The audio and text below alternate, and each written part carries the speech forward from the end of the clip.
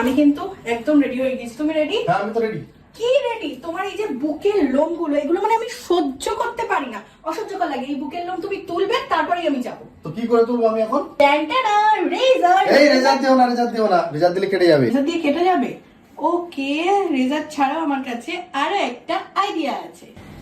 Online থেকে আমি order করে নিয়েছি Urban Gabru hair removal cream spray.